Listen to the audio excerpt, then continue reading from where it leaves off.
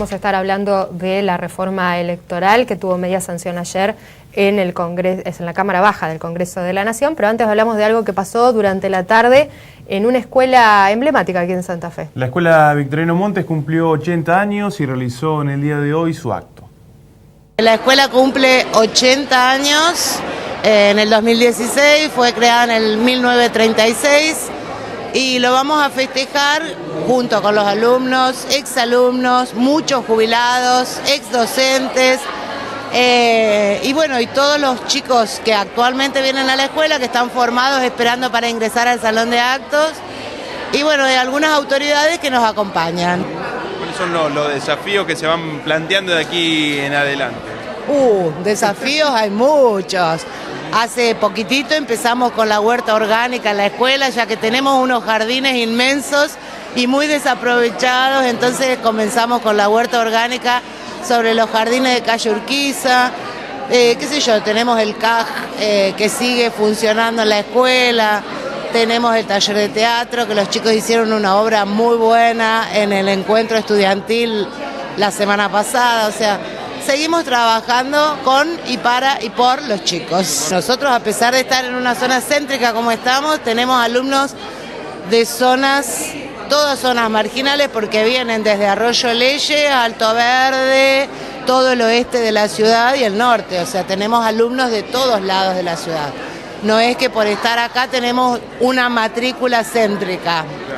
Creo que tenemos 2 alumnos que viven cerca de la escuela, los demás vienen de muy lejos. ¿Es un lugar donde encuentran contención los chicos a la situación social que tienen que vivir? Sí. Nosotros le podemos brindar la copa de leche, que es lo que la escuela tiene, debido a que la población es vulnerable, y bueno, y todo el cariño que pueden encontrar acá en la escuela entre los docentes, directivos, asistentes escolares y preceptores.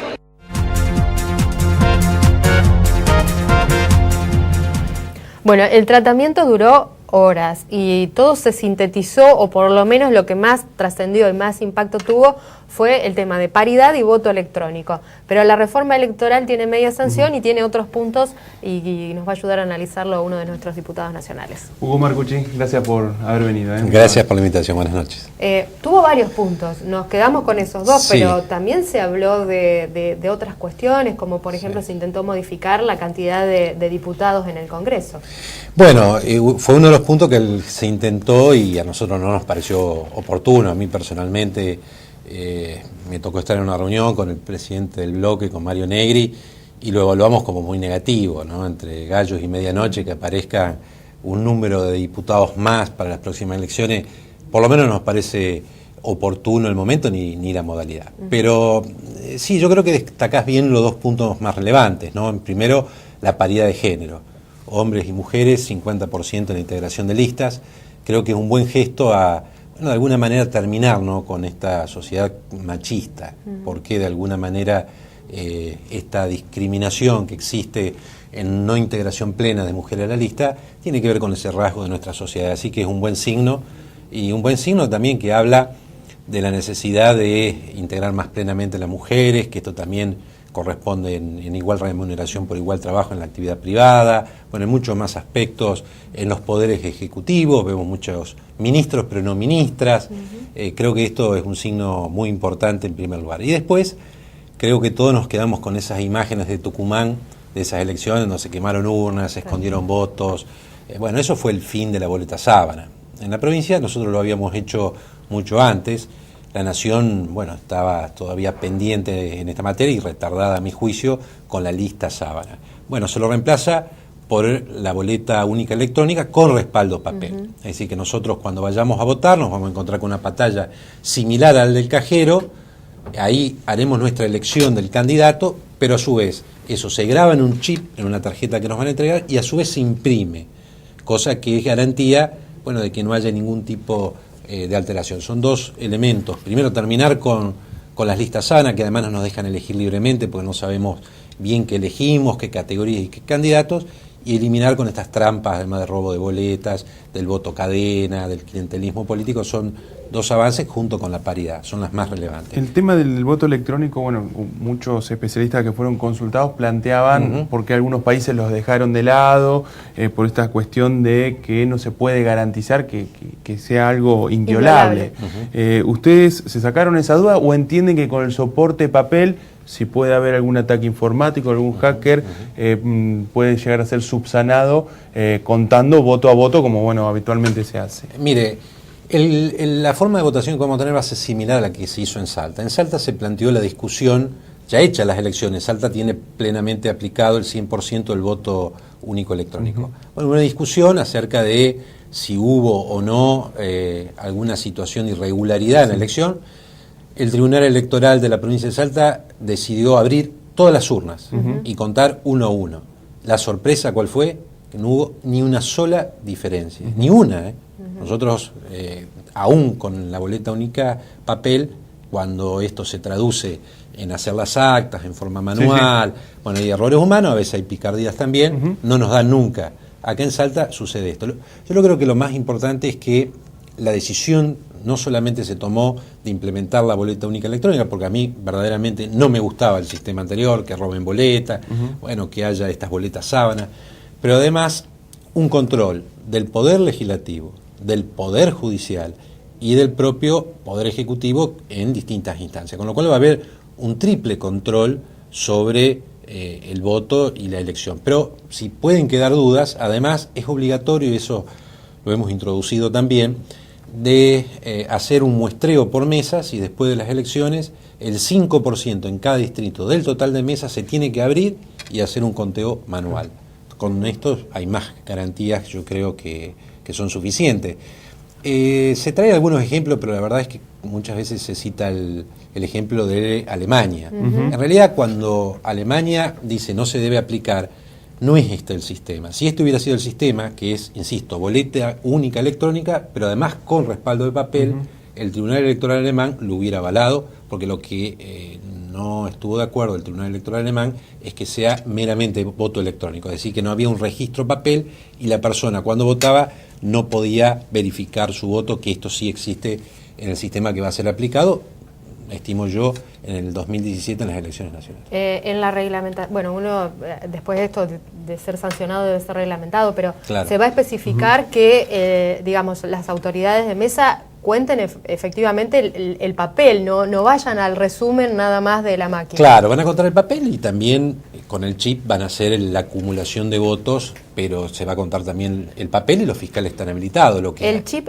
porque ayer hablábamos con Claudia Catalín, decía que muchas veces el chip es como la máquina del supermercado, que a veces uno la pasa y no se registra bien o hay algún error. ¿Esto cómo se puede llegar a subsanar? Mire, primero que hay un conteo de votos. Y después de ese conteo de votos está el paso de la boleta acumulando los votos con el chip. Y después tenemos que cruzarlo. Lo que sí me parece que habría que decirle a Catalín, que cuando nosotros tuvimos las elecciones provinciales, cuando verificamos las actas de escrutinio que se hacen a mano, hubo horrores. Hubo errores.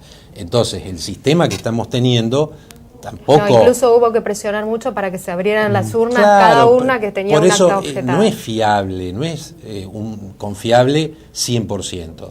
Yo creo que, digo, el hacer el escrutinio a mano, el recuento a mano y llenarlo en cada... Esto me parece que es más confiable. ¿Puede haber errores? Claro, puede haber errores.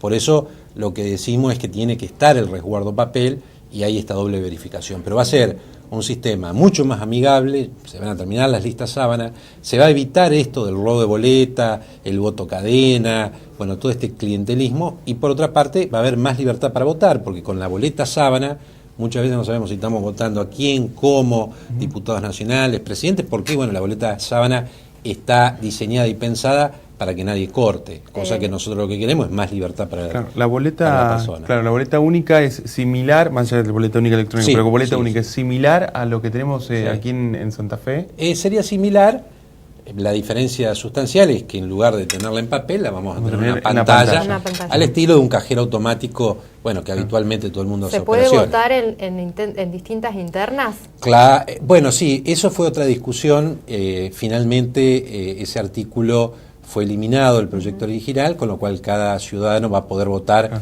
en distintas internas. Quería limitar se quería limitar a que se vote en una sola interna, digamos. En las PASOs, claro.